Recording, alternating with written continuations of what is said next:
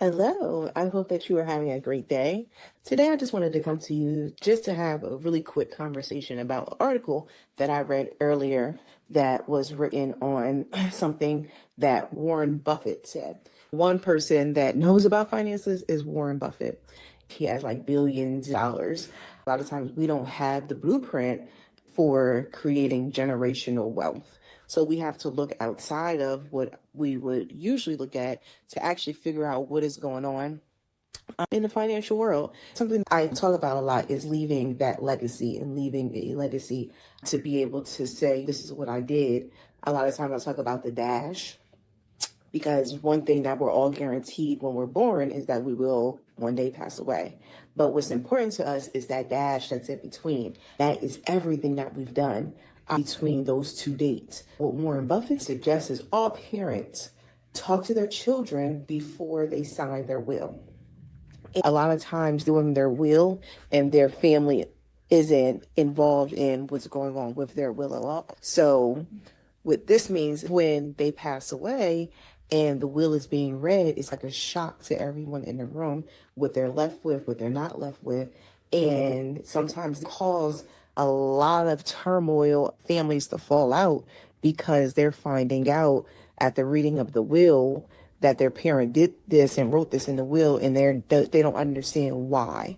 They're not understanding, why did I get this amount of money, but my brother got this amount of money, not remembering that mom or dad gave you a down payment for a house or a car and your sibling didn't get this. So that was factored into the funds. Or if you are the one that is always asking your parents for money and your sibling doesn't ask your parents for money, it's like, we've given you a lot of money as the years have gone past in your adulthood. So we wanted to make sure that it was fair. You got yours up front, they got theirs in a lump sum payment at the end. And that's what Warren Buffett is saying, is that you want to give your children, your spouse, grandchildren, whoever it is that you're going to be putting in your will, you want to give them the chance to ask questions like, okay, why did you do this? Why didn't you do this? Now, he also suggests, you know, your family, if you have a child that is a spender or has an addiction or just is irresponsible or not mature,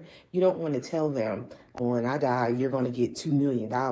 You want to keep some stuff, if you can't disclose that to them, so you know who your children are. So if you're like, my kids, I can't tell them this information, then that's okay too. But you have to start the process of talking about what happens when you are no longer here, because that day will come, and you don't want your family to either have to do a GoFundMe to bury you because they didn't know that you didn't have any insurance or any policies paid or anything, or do you want your family to have an understanding of what is going to happen, how will we be able to pay for it, this money, and how to be divided up?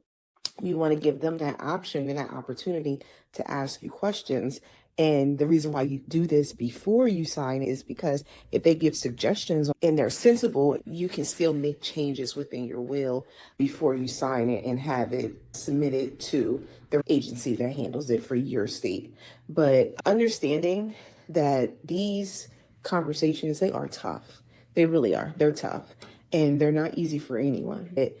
It's better to have this conversation up front right now when you have the chance to explain than to have your family, your loved ones guessing, why did you do what you did and how you did it.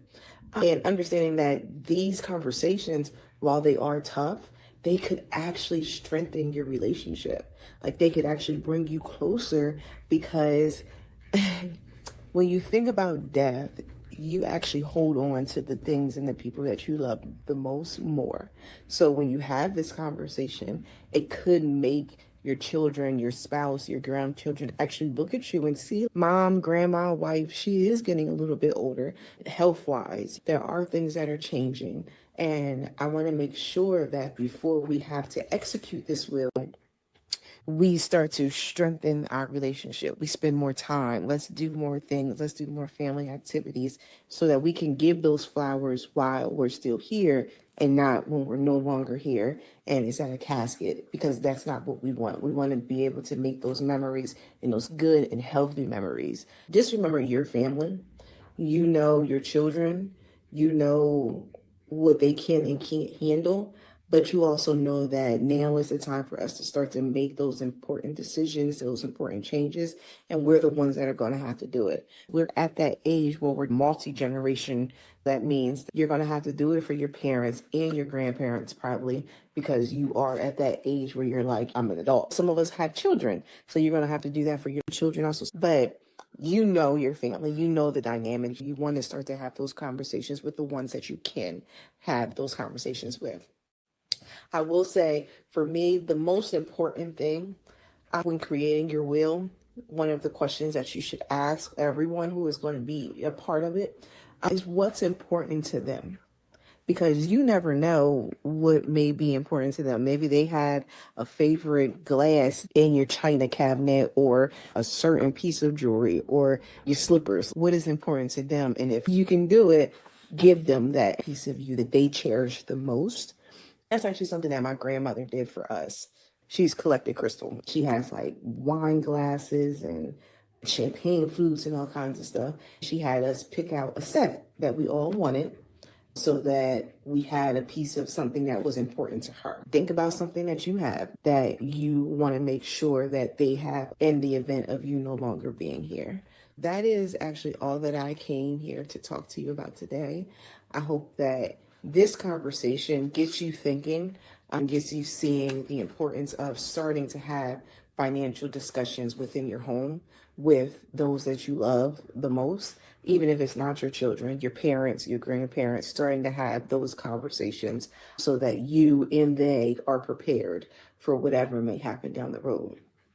If this conversation was something that you found beneficial, please like, share, comment. Let me know that you're feeling it so I can create more content like this. I will be putting in more videos on legacy and building legacy. I want to make sure that we are becoming financially empowered. I'm going to keep teaching. I'm going to keep having these discussions. I hope that you have a great day. I hope that it is prosperous. And I hope that you know that everything that you want, you are worth. You just have to work for it. All right.